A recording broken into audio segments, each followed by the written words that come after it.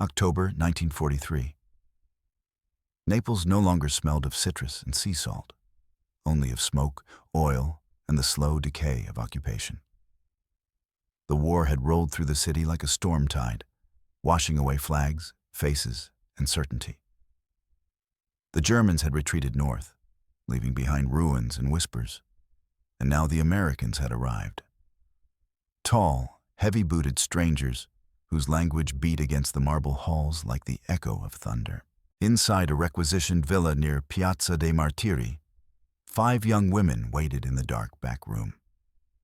They were not soldiers, nor nurses, nor spies. They were the forgotten spoils of occupation. Comfort girls, pressed into service for German and fascist officers, their bodies turned into rations for the war's hunger. Maria sat with her back against the cold plaster wall, clutching a thin cotton robe tight to her chest. She was 19, with a face that still bore traces of the girl she had been before Salerno, before the German trucks, before the first officer who had told her that duty to the Reich demanded sacrifice. "They'll make us strip," she whispered to Sophia beside her. The Germans said Americans treat women worse than animals. Sophia didn't answer. She stared at the faint line of light under the door. Boots clanging, voices deep and foreign, the scrape of rifle butts against tile. Her hands twisted the edge of her robe like rope. War had taught them many things. That food could disappear, that kindness could be a trap, that every man in uniform was a wolf with different teeth. Now the wolves wore khaki.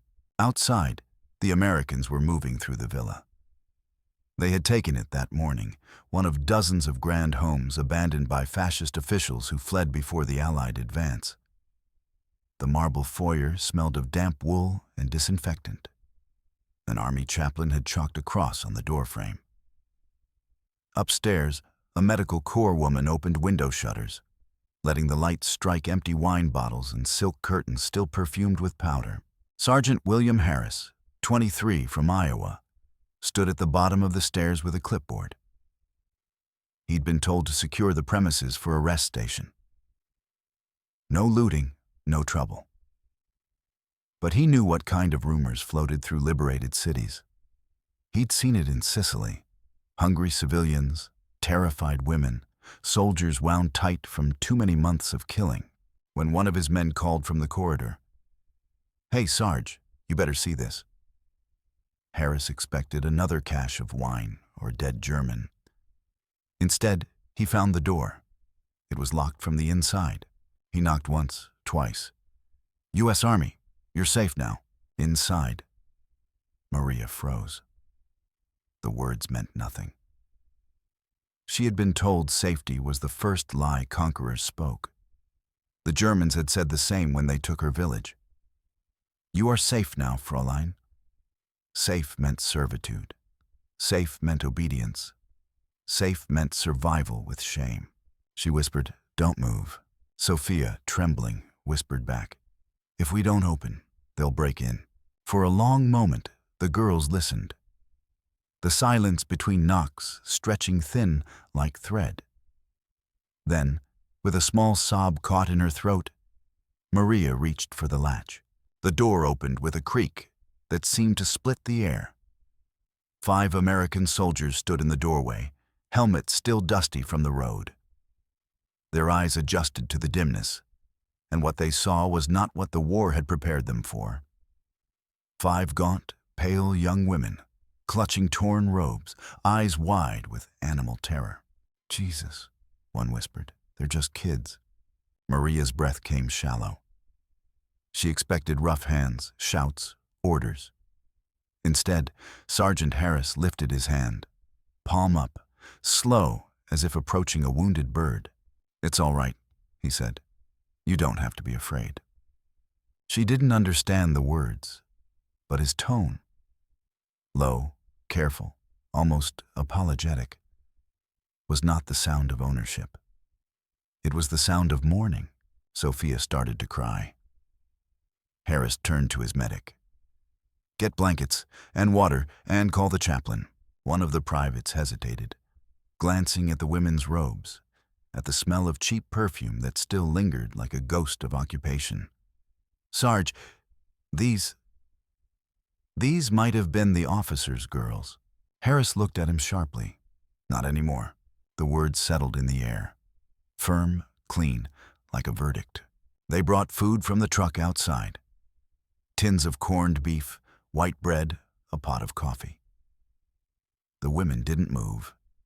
They sat in silence, backs to the wall, watching as the soldiers arranged rations on the dusty floor. When the youngest private, a boy from Kentucky, tore his loaf in half and offered it to Maria, she flinched. He placed it gently beside her instead. No command, no demand. In the courtyard, the chaplain filled a basin from a canteen, and a nurse arrived with a stack of towels. She looked through the doorway at the huddled women and said softly, "They need hot water, soap, clean clothes." Maria's eyes followed her movements. The nurse's uniform was crisp, the Red Cross armband bright against the dull villa walls. To Maria, that Red Cross looked like something holy, a symbol she had not seen since before the war stole her mother. The Americans left them alone after that, posting a guard outside but not entering again. They did not take. They did not touch. And that, more than anything, broke her. That night, as Naples burned in the distance, Maria lay awake on a cot the soldiers had carried in. She stared at the ceiling where candlelight flickered through cracks in the plaster, and for the first time in years, she felt the weight of her own body without fear. No man had looked at her with pity before. No hand had trembled before touching her hair, only to withdraw. Outside, boots still echoed on marble. But now, each step sounded less like thunder and more like the slow, uncertain rhythm of something trying to remember mercy. Dawn came through the shattered shutters, not with beauty, but with revelation. The villa's stone floors held the night's chill, and the draft made the thin walls shudder. But inside the small room, there was warmth. Not from blankets or fire, but from something more fragile. Something unfamiliar, trust. It did not come all at once. It crept in the way sunlight does through smoke, tentative, filtered, slow to touch the deepest corners. Maria sat upright, wrapped in a wool army blanket that still smelled of tobacco and oil. Beside her, Sophia had finally fallen asleep, her breathing soft, her hair tangled like a child's. On the floor near the door, there sat something strange. A basin of warm water, a fresh bar of American soap, and two neatly folded towels. Maria blinked. At first, she thought it was a trick, some cruel jest left by a soldier before the next command. But when she touched the towel and found it dry, clean, and smelling faintly of lavender, she didn't know what to do. She pressed the cloth to her face and inhaled. It was the first time in 2 years she had smelled something not tainted by men. Outside the room, Corporal Louise Henry adjusted the collar of her field uniform and nodded to the chaplain. She was one of the few women attached to the forward medical teams. A nurse from Pittsburgh, hands scarred from burn patients in Sicily, eyes that never softened for no reason. When she stepped inside, she said nothing at first. She simply set down a canvas bag beside the basin and knelt. From it, she pulled items with deliberate care. A wooden brush, a tin of ointment, and a comb missing a few teeth. Then she looked up at the girls. "You can bathe," she said gently, unsure if they understood. "It's okay. You can be clean." Maria didn't move. Louise pointed to the soap and mimed washing her hands, her face unreadable, her gestures steady. Sophia sat up, rubbed her eyes, and whispered in Italian. "Why would they give us this?" Maria's voice cracked. "Because they want to wash us before they do what the others did." "No." Sophia shook her head, too tired to be afraid. "No, they don't look at us like the Germans did." There was a long silence. Then Maria stood. She moved toward the basin like it might vanish if she stepped too hard. Her hands trembled as she picked up the bar of soap, ivory, square, embossed with strange English letters. When she dipped it into the warm water, a thin layer of foam rose, and the smell, clean, citrus, unfamiliar, filled the room.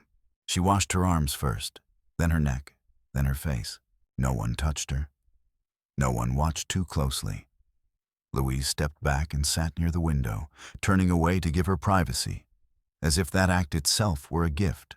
When Maria looked at her reflection in the water, she saw something unbearable. Her own face, not as a vessel, not as a transaction, but as a person. She dropped the soap and covered her mouth. The sobs came suddenly. Not loud, but convulsive, like something sacred had been broken open. Downstairs, Sergeant Harris read the orders from HQ. The villa was to be converted into a temporary recovery center for female civilians affected by the occupation. Official phrasing: sanitized. It said nothing about the girls who had been taken by officers, nothing about comfort services or brothels with steel beds and coded rosters. The war didn't name those things. But Harris had seen enough to know what silence meant. He folded the paper and slid it into his jacket. When one of his men asked, "What are we supposed to do with them, Sarge?" He didn't answer for a while. Then he said, "We treat them like they've been wounded. They're not soldiers." "No," Harris replied. "They're survivors. That's worse."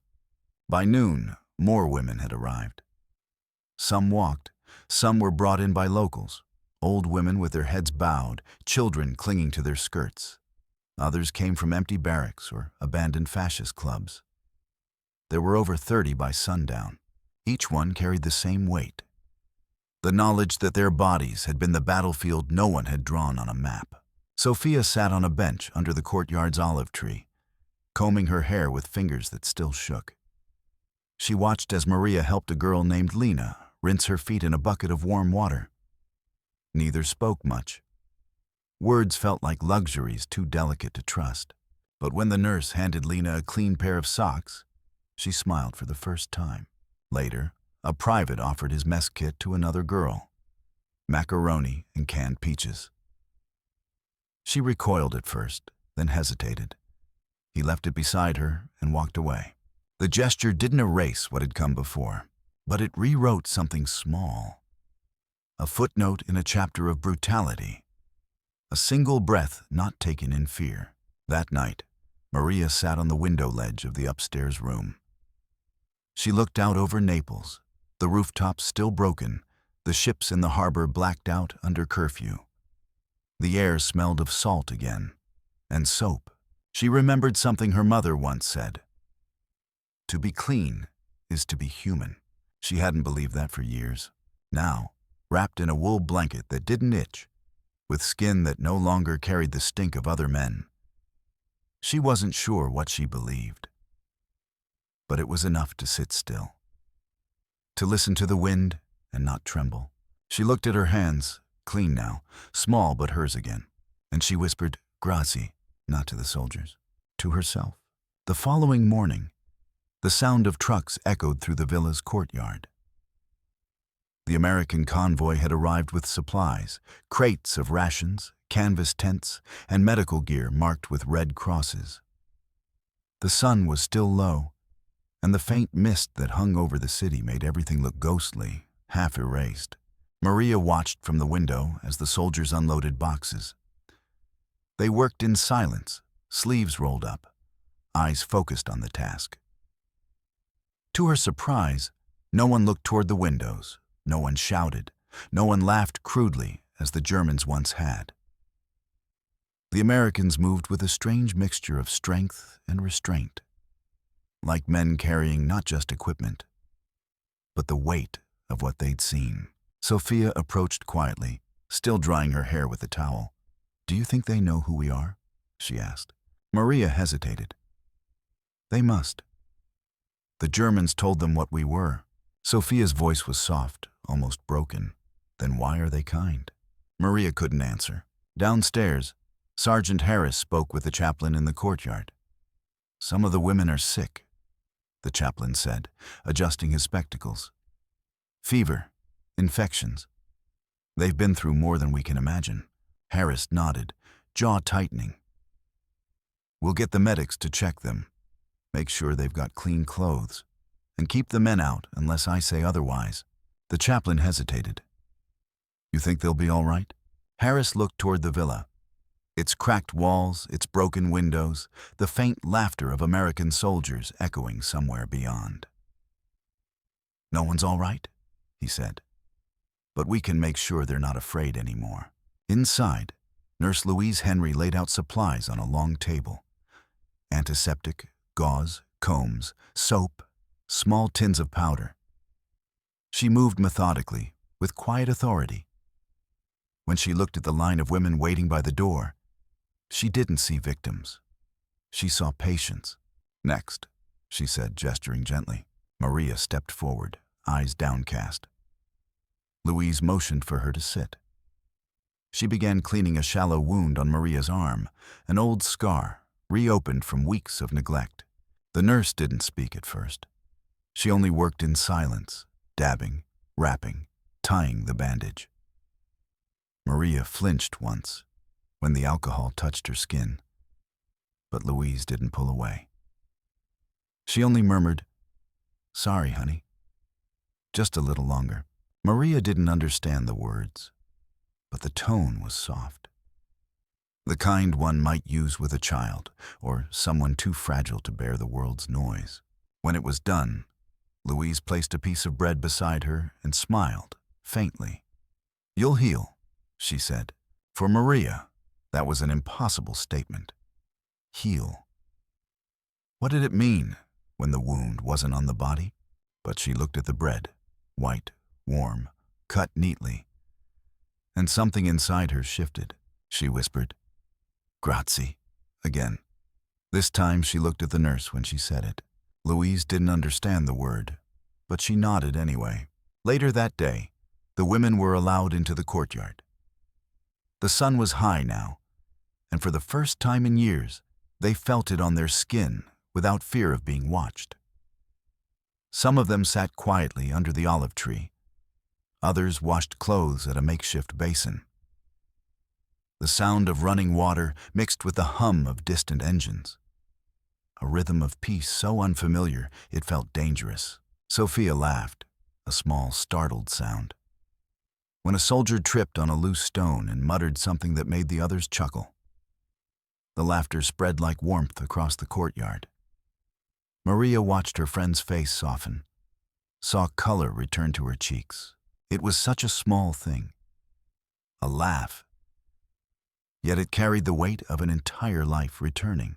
One of the privates, a thin boy from Kansas named Doyle, passed by carrying a stack of folded uniforms. He caught Maria's gaze for a moment. Out of instinct, she looked away. But Doyle only nodded politely and kept walking. He didn't stop. He didn't stare. That absence of intrusion, that quiet respect, was the strangest gift of all. That night, a storm moved in from the bay. Rain battered the villa's broken shutters. The women huddled inside under blankets, listening to thunder roll over the city like distant artillery. Maria couldn't sleep. She sat awake, staring at the flicker of a candle on the far wall. When she closed her eyes, memories came. The German officer's breath, the smell of leather gloves, the walls of that barrack room that seemed to shrink each night. She pressed her hands over her ears, but the echoes came anyway. Then, from outside the door, came another sound, a voice humming softly, an old American hymn, low and steady. It was the chaplain. He was sitting just outside their room, humming through the storm. Maria opened her eyes. The melody was simple, slow, a tune of mercy and patience. The kind her mother might have sung when she was a child. She felt her breath slow. The thunder still came, but it seemed further away now. When morning came, she stepped into the hall and saw Harris standing there with his helmet tucked under his arm. He looked tired, his uniform streaked with mud. He nodded to her, just once, a small gesture of recognition. Maria hesitated, then raised her hand slightly. Not a wave. Not quite, just enough. Harris smiled faintly and walked past. He didn't say anything. He didn't need to. For Maria, that was the moment she realized something profound. Kindness could exist without a reason. It didn't demand, didn't barter, didn't stain. It was a quiet act, like light returning after a long night, not sudden, not blinding, but certain. And in that light, she began to see herself again. Not as what she had been forced to become, but as who she might still be. The villa's corridors had changed. What once echoed with boots and shouted orders now carried something gentler. The quiet clatter of spoons against tin bowls, the rustle of blankets being folded, the soft murmur of language exchanged without weapons behind it. In that silence, the women began to speak again. At first, it was only whispers. "I was taken near Bari," said Lena one morning, as she sat at the wash basin, scrubbing the hem of a donated dress. "They said it would be 1 week. It lasted 13 months. No one asked her to explain. She did not cry. Sophia gently rinsed the soap from Lena's hands and replied, "They told me I would cook. That's how it started." Maria listened without speaking. She was peeling potatoes in the courtyard beside a young nurse named Ruth, who smiled often but never pried. Ruth handed her another potato, and Maria took it without flinching. Trust was no longer impossible. It was simply unfinished. That afternoon, the courtyard became a place of work. The soldiers had erected canvas tents for medical exams and temporary shelters for women still arriving from the outskirts.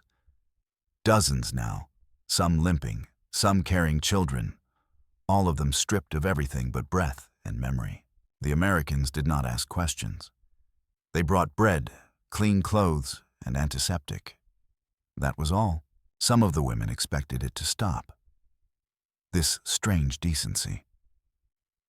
They waited for the change, the moment when the hands would shift from giving to taking.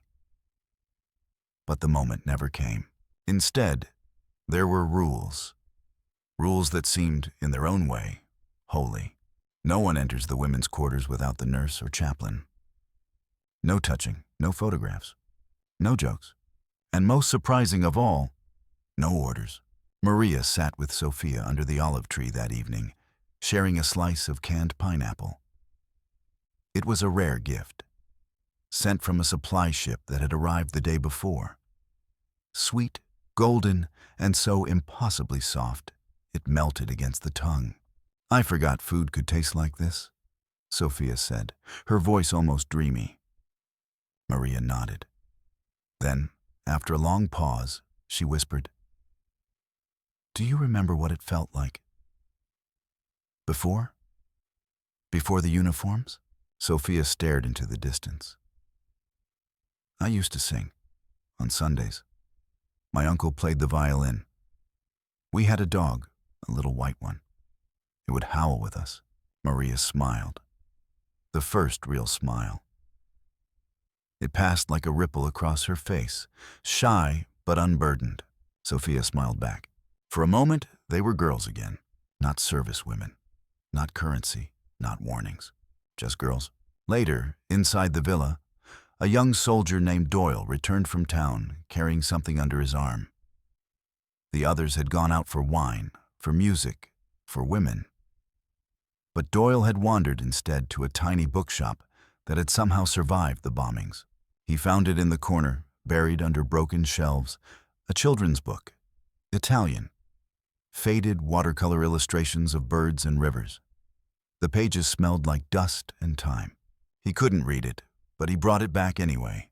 When he returned to the villa, he placed it on the long table in the women's quarters. Said nothing, just left it. The next morning, Maria found it.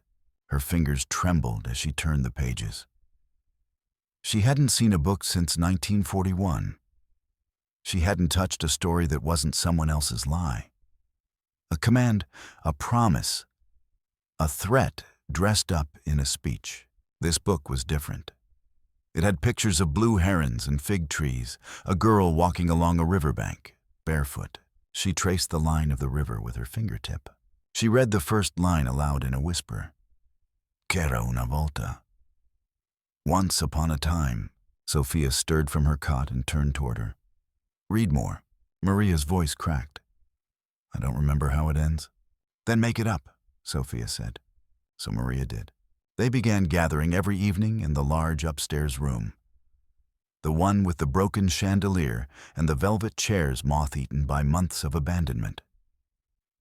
The women would sit in a circle as the nurses poured tea. Maria would read aloud from the children's book or make up her own endings when the pages were torn. One evening, she told the story of a girl who escaped war by turning into a bird, a nightingale. No one could catch her, not even the officers with gold buttons or the soldiers with shiny boots. She flew so high, Maria said, her voice lifting, that even the stars couldn't remember where she came from. And in the circle, someone wept, not from sorrow, but from the unfamiliar ache of hope. The soldiers who passed by the door sometimes paused to listen. They didn't enter. They didn't smile. They just stood in silence, hats in hand, as if attending something sacred. Sergeant Harris listened once, late at night. He leaned against the doorframe, listening to Maria's voice rise and fall like a lullaby over broken walls. He didn't understand the words, but he understood the sound. It wasn't a language of war. It was something older. That night, Maria couldn't sleep. She walked barefoot down the corridor, the stones cold beneath her feet. She stopped at the chapel, a small room the Americans had cleared for prayer. Inside, the chaplain sat alone, reading from a worn Bible. He looked up when she entered. "Do you want to sit?" he asked, gesturing to the bench. She nodded. He didn't ask her to kneel, didn't ask her name. He simply sat beside her in the silence. After a while, she whispered, "Why haven't they hurt us?" He looked at her, eyes kind but not naive. "Because we've done enough hurting," he said. "And someone has to stop." Maria looked at the candle flickering near the altar. Its flame danced but did not go out. She whispered again, "Grazie." This time, it felt like a prayer. In the villa that once echoed with commands, silence was no longer a threat. It was a space, a pause, a place where voices could return. The following week, the villa received a new shipment from Allied headquarters. Boxes marked not with ammunition codes, but with a red stamp that read, "Civilian Relief, Women's Goods." Inside were items the war had made into myths. Brass combs, wool stockings, sewing kits, toothbrushes. And in one narrow crate, wrapped in old London newspapers, were a dozen small hand mirrors with rounded wooden handles. To the quartermaster, they were inventory. To Maria, they were something else entirely. Louise, the nurse, handed one to her in the courtyard. "No charge," she said with a wink. "Government issue beauty." Maria held it as if it might shatter from her breath. She hadn't seen her reflection, not clearly, not fully, in over 2 years. There had been slivers in broken windows, glimpses in puddles, the accidental glance in an officer's belt buckle. But nothing steady. Nothing that showed her what remained. She took the mirror to her cot and sat down slowly, as if lowering herself into another life. At first, she couldn't look. She studied the back of the mirror, smooth wood, worn edges, before finally, cautiously, turning it over. What stared back at her wasn't what she remembered. The face was thinner, the eyes larger. Her cheekbones were sharp, too sharp, and her lips held no color. A faint bruise lingered on her collarbone. She looked older, not by years, but by weight. But she was there, whole, breathing, still herself. Maria touched her own cheek with quiet reverence, as if reacquainting herself with a stranger she might grow to forgive. That day, mirrors passed hand to hand in the women's quarters. Not all accepted them. Some turned them face down. Some wept. One woman, a baker's daughter from Avellino, screamed when she saw her reflection and hurled the mirror across the room. It didn't break, but it silenced every voice for hours. Louise didn't scold her. She just picked up the mirror, wrapped it in a cloth, and placed it gently beneath the woman's pillow. "It'll still be here," she said softly, "when you're ready." The transformation came not with ceremony, but with routine. By the second week, Maria was helping distribute socks and sorting laundry. Sophia kept a ledger of names and supplies. Lena, whose arms bore burns from a kitchen fire months before, had begun helping Ruth the nurse dress wounds on new arrivals. No one had assigned them these roles. They simply stepped into them, as if memory, real memory, of being useful, of being people, had returned to fill the void where orders used to live. In the evenings, they still gathered for stories. But the circle grew larger now. Not all stories were made up.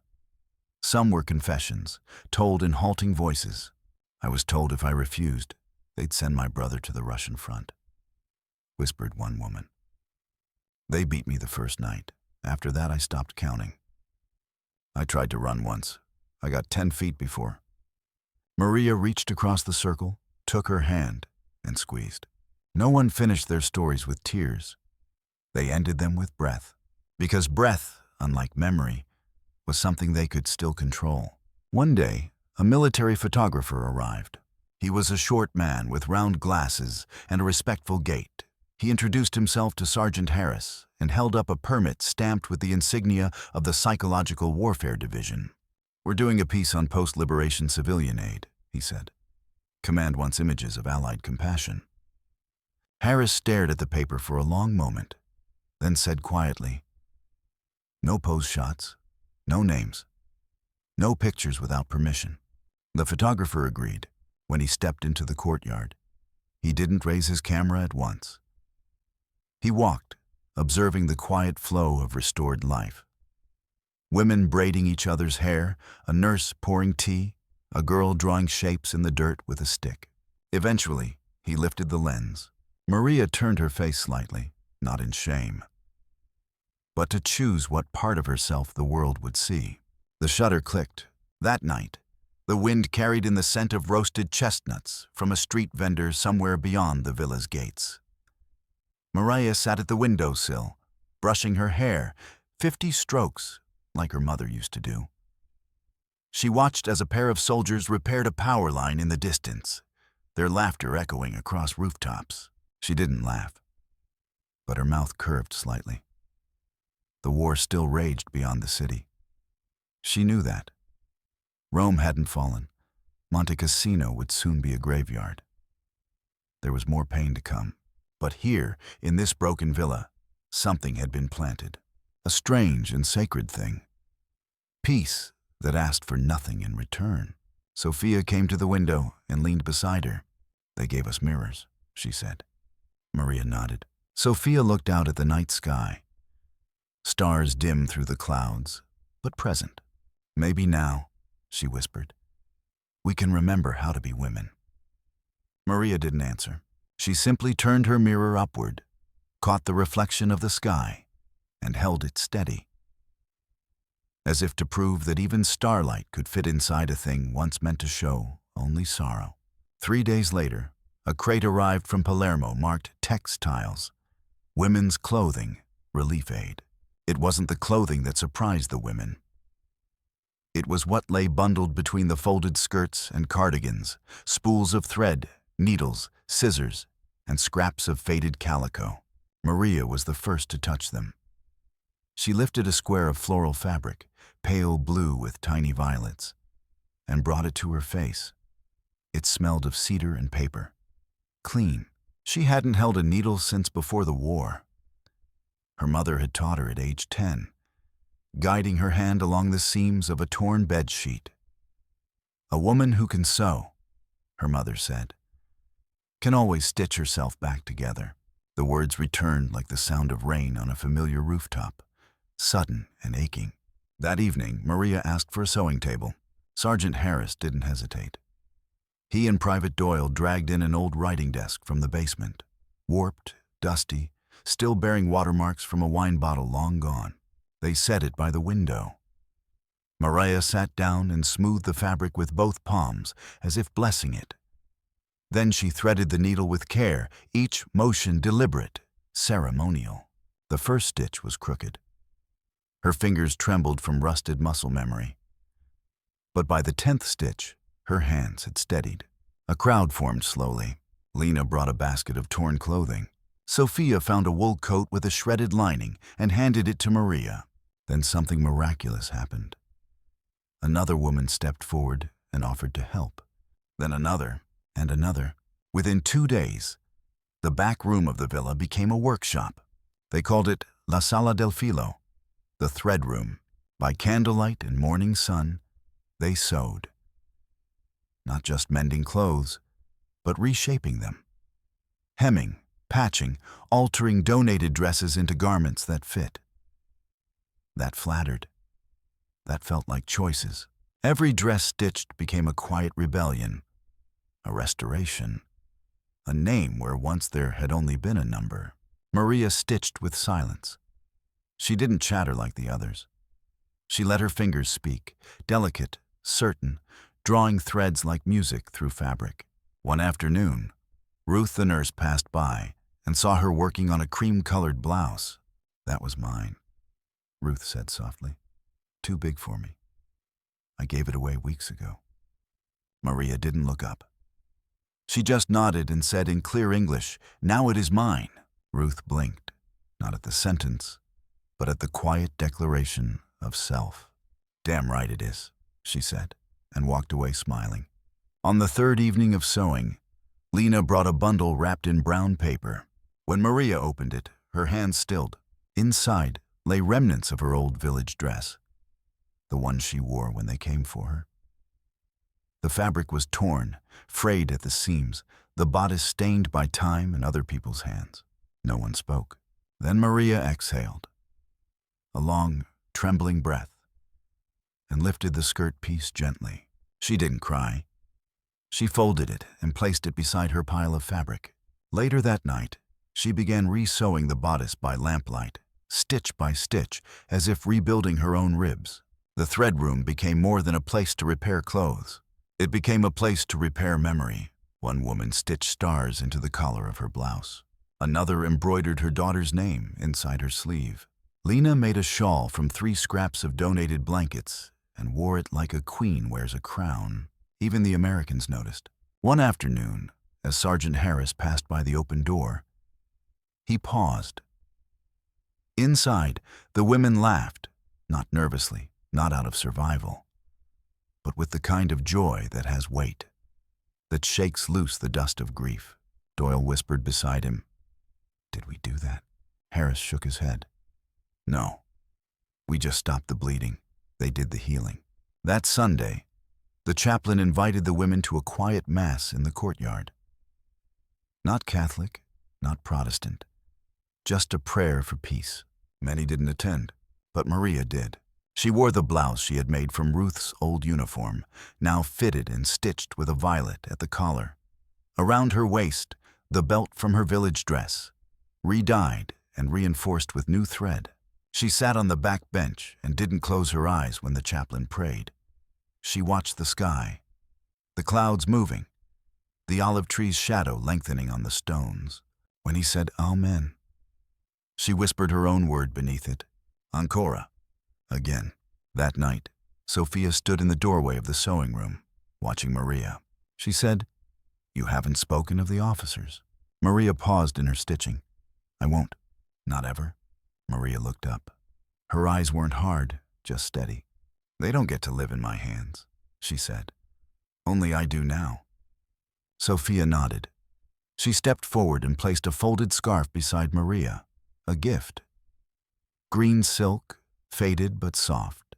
Then she sat beside her, picked up a needle, and began to sew. They didn't speak again that night. They stitched instead. 2 women, 2 survivors, threading not just fabric, but tomorrow into the seams of now. When Louise walked by hours later, she saw the lamplight glowing behind the cracked door. She didn't knock. She didn't interrupt. She only smiled, because she knew that when women begin to stitch again, to thread beauty through what was torn, the war has already lost something it can never reclaim. The courtyard had grown quiet with the turning of the season. October's edge softened into November, and Naples exhaled beneath thin clouds and slow winds. Smoke no longer curled from bombed buildings. It rose now from kitchen stoves, from small coal fires in alleyways, from cups of weak tea shared between neighbors who had once feared to speak. Inside the villa, there was another change, one so gentle that no one noticed when it first arrived. It began with a hum, a simple tune. One morning, as Maria sat alone in the sewing room, she threaded a fresh needle and found herself humming under her breath. It was nothing, barely audible, just a sound to fill the space between her fingers and the fabric. A lullaby from long ago. One her grandmother had sung in dialect before the radios were replaced by marching boots. She didn't realize she was doing it until Sophia stopped in the doorway. "You used to sing that," Sophia said softly. Maria looked up, startled. "I did?" "Yes," Sophia nodded, stepping into the room. "When we were girls." Maria's hands stilled on the fabric. The tune died in her throat, embarrassed to be heard. But Sophia smiled. "Don't stop."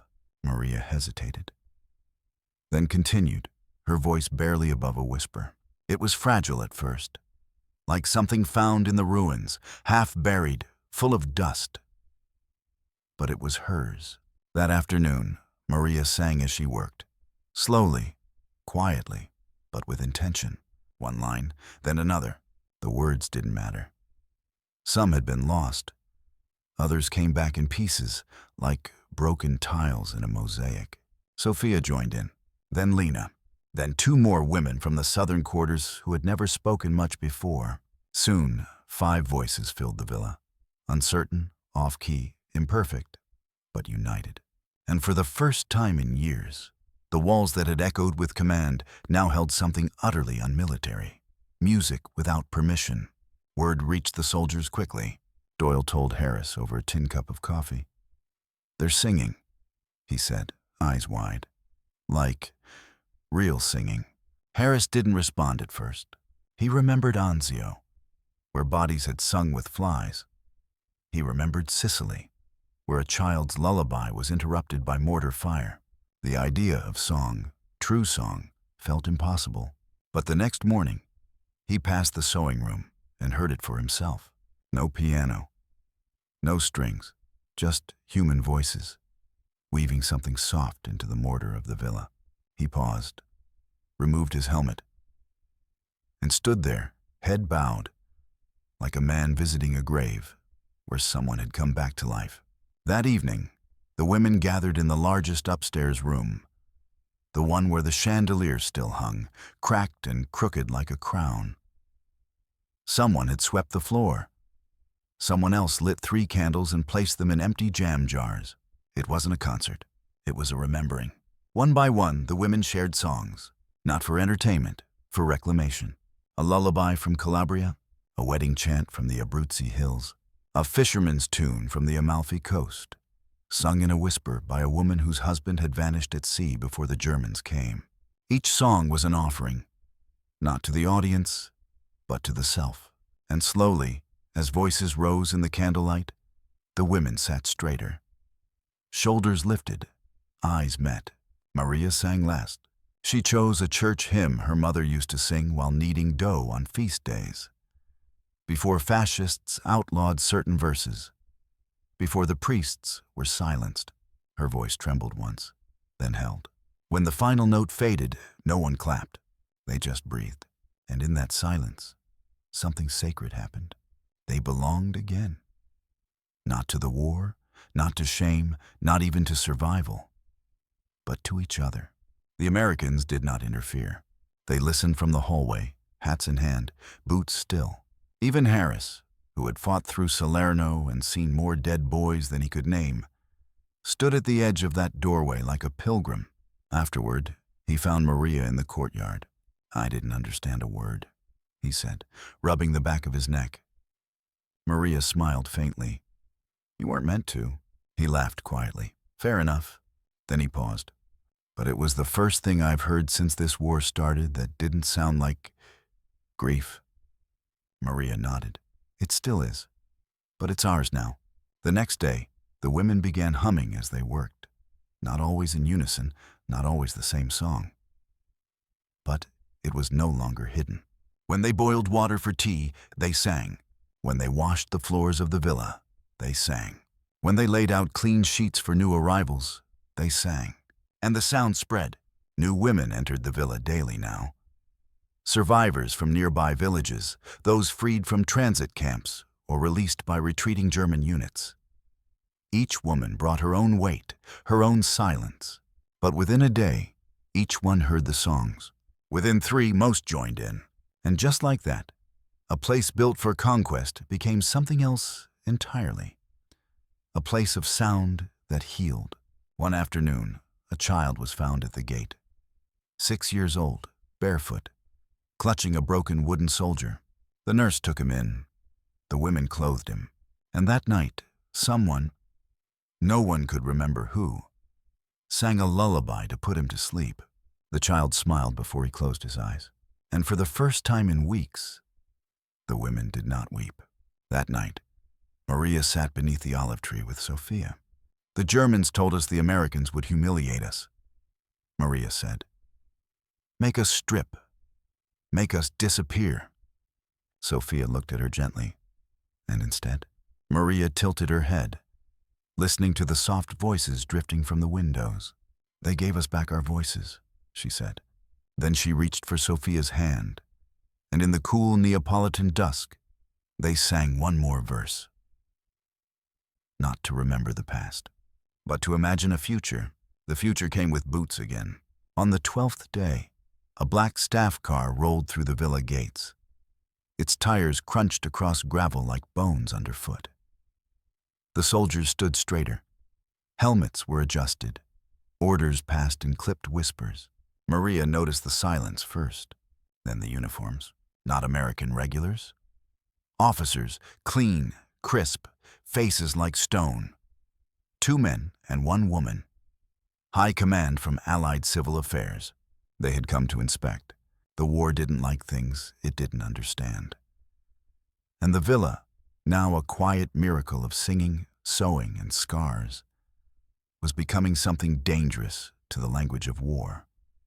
Proof that dignity could survive. Sergeant Harris met them in the foyer. His boots were muddy, his uniform unpressed. The senior officer, a colonel from London, lips tight with efficiency, glanced around the marble hall. You've turned this into a women's relief center, he said. Yes, sir, Harris replied. The woman officer behind him said. It wasn't cleared at corps level. It was cleared by necessity, Harris said calmly. They walked the villa in silence. The chapel, the sewing room, the courtyard where women now washed blankets in lines and sun-dried them like offerings to peace. One woman, humming, paused and looked up as the visitors passed. She smiled without fear. The colonel blinked. What are they doing? He asked. Louise, the nurse, stepped forward. Living. In the sewing room, Maria stood beside her table, hands gently folding a finished blouse. She saw the officers enter and felt her stomach twist. But she didn't bow. Didn't shrink. She waited. The woman officer stepped closer. She had sharp eyes and hands that looked like they had once stitched long ago, before rank pulled them away from thread and bread. You speak English? She asked Maria. Maria nodded, a little.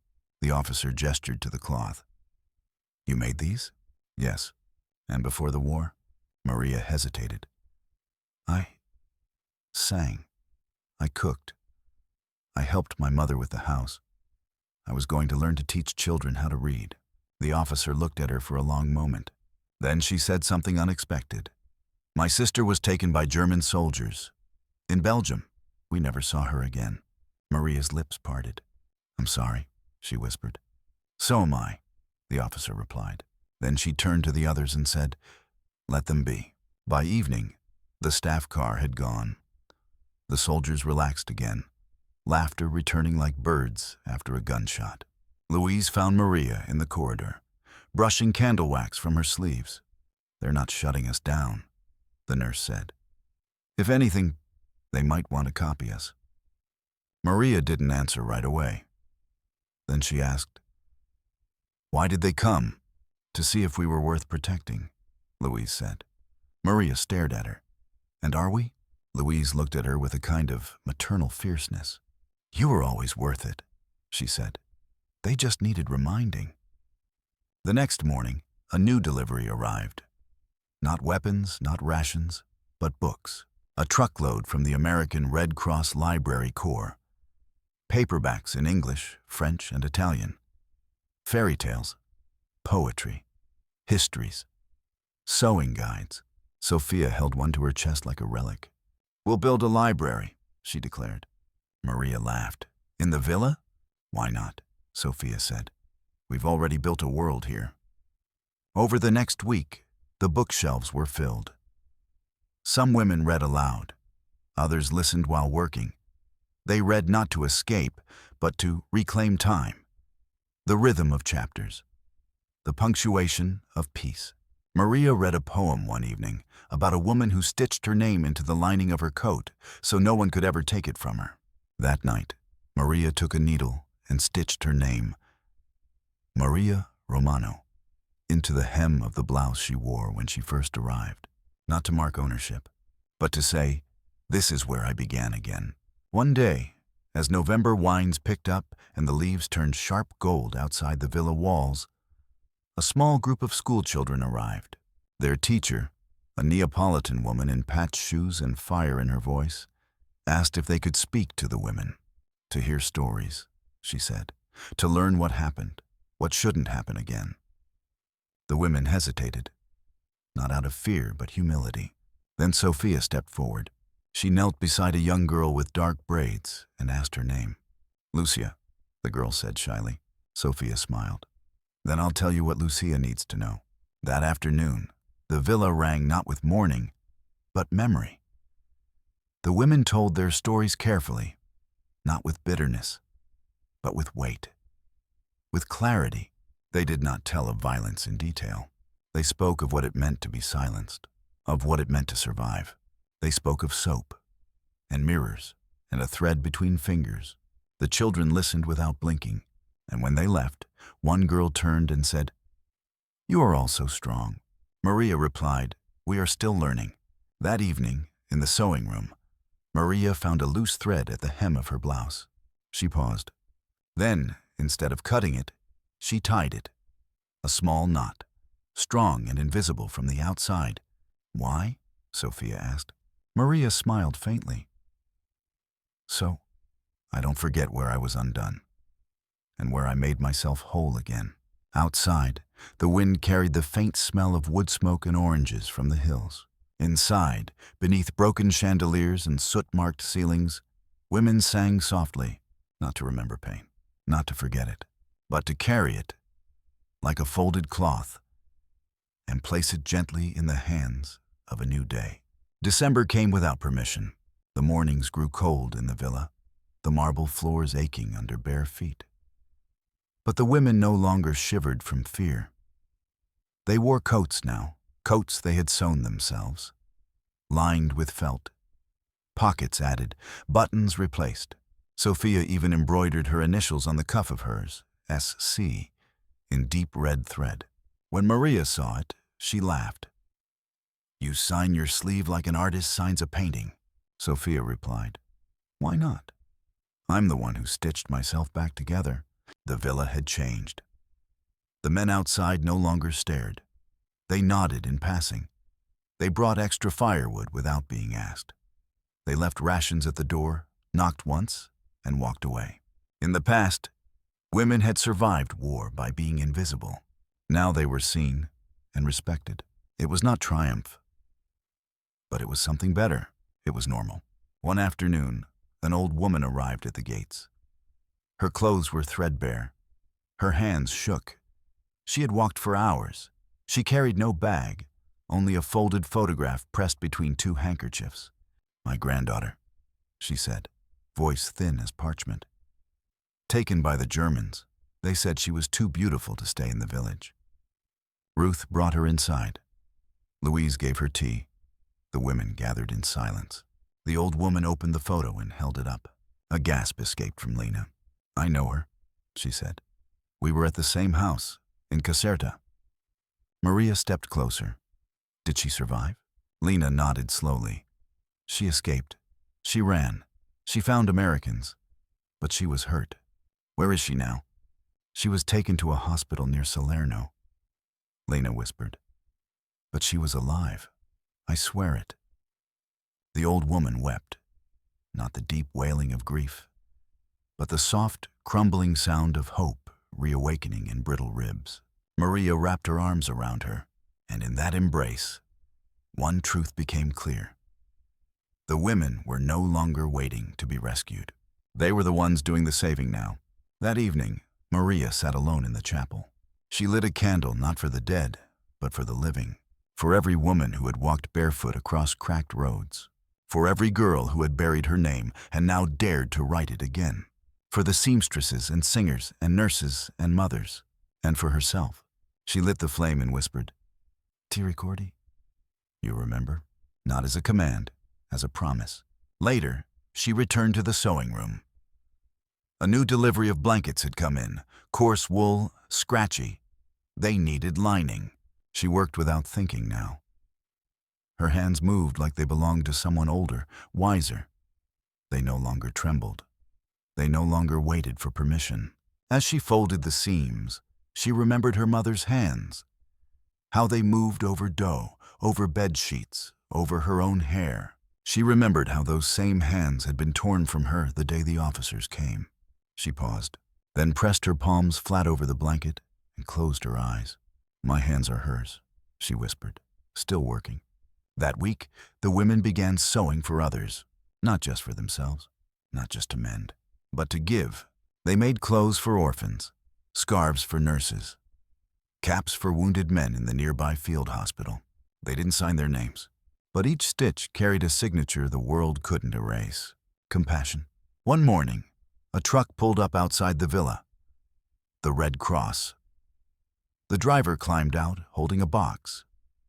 On the side, in English, it read, "Art supplies, donated." Sophia squealed when she saw it. Inside were brushes, watercolors, small sketchbooks, colored pencils that smelled of cedar. The women crowded around. "We can't paint," someone said. "Neither can soldiers," Maria replied. "But they draw maps anyway." And so they painted. The courtyard wall, once scorched by fire, became a canvas. Bluebirds, wildflowers, a river running between hills, and, in the center, painted by Maria herself, a woman standing on a cliff edge, arms open to the wind, a needle in one hand, a thread stretching into the clouds. "She's flying," Sophia whispered. "No," Maria said. "She's falling upward." One soldier, the quiet one from Kansas, paused to watch. He tilted his head, puzzled. "Is it finished?"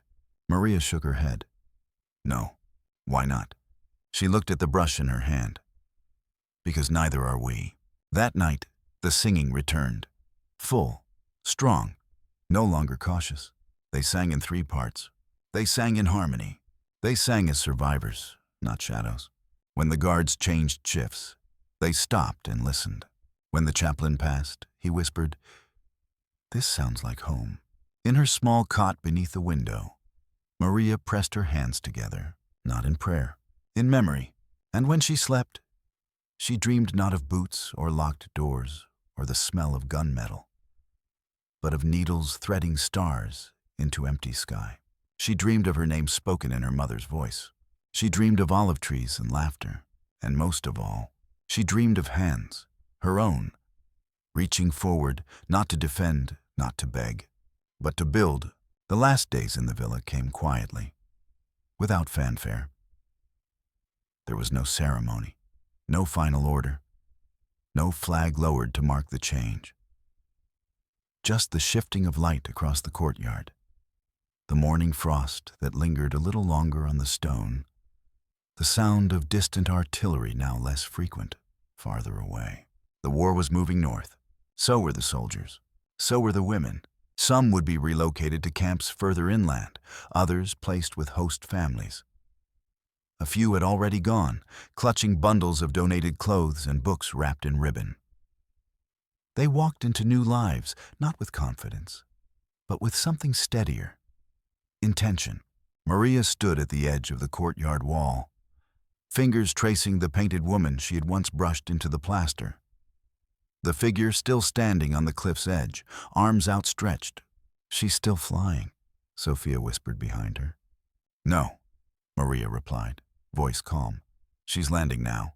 That morning, Harris came to say goodbye. He didn't wear his helmet. His uniform jacket was open, sleeves rolled.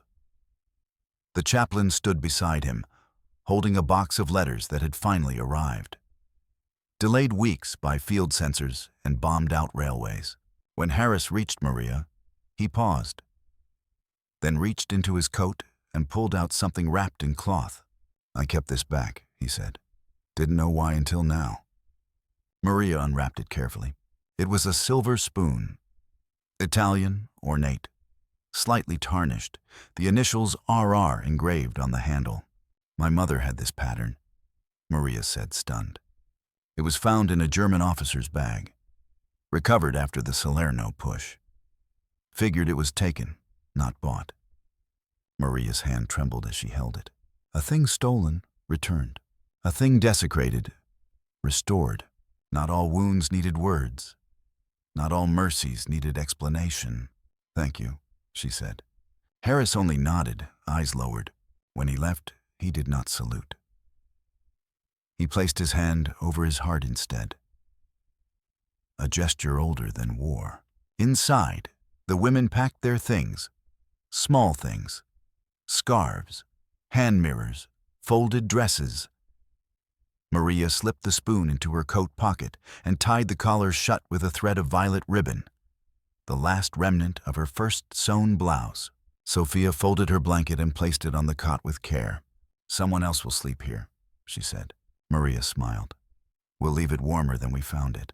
Before they left, the women gathered once more in the chapel. The chaplain lit 3 candles, one for the past, one for the present, one for whatever lay ahead. No sermon, no scripture, only silence. And into that silence, Maria stepped forward, not with song, not with words, but with a gesture. She placed her hand upon the wooden altar. Then she turned to the women and lifted her palm. A single stitch of red thread still clung to her finger, uncut, unfinished. One by one, the women stepped forward. Sophia, Lena, Ruth, the baker's daughter, the one with the star collar, the old woman who had found news of her granddaughter. Even Louise, the nurse. Each one touched the altar. Each one whispered something only the candlelight could hear. Not confessions, not wounds, but truths, small, brave, and holy. When they stepped out of the villa for the last time, the wind was sharp. But the women did not shiver. They walked in pairs, quiet, their shoes striking the stone with rhythm. Not military, not frightened, but steady. The sun rose low through the clouds, and the villa behind them caught fire in its light. Not flames, but warmth. The windows glowed. The walls no longer looked broken, just old, weathered, still standing. Like them, Maria turned back once. She looked at the wall where the painted woman stood. The bluebirds, the wildflowers, the thread climbing into the sky. Time would erode it, she knew.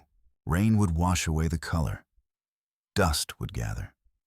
One day no one would remember who painted it. But they would know that once, in a war-torn house on the edge of Naples, women who had been broken remembered how to sing, how to stitch, how to stand, how to forgive themselves.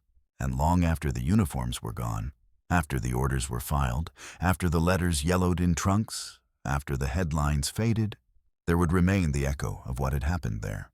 Not a battle, not a victory, but something far rarer, A return. A return to the sacred truth that even when everything else is taken, if one woman still remembers her name, if one thread still runs between two trembling hands, if one voice still dares to sing in the shadow of silence, then humanity has not been defeated. It has begun again.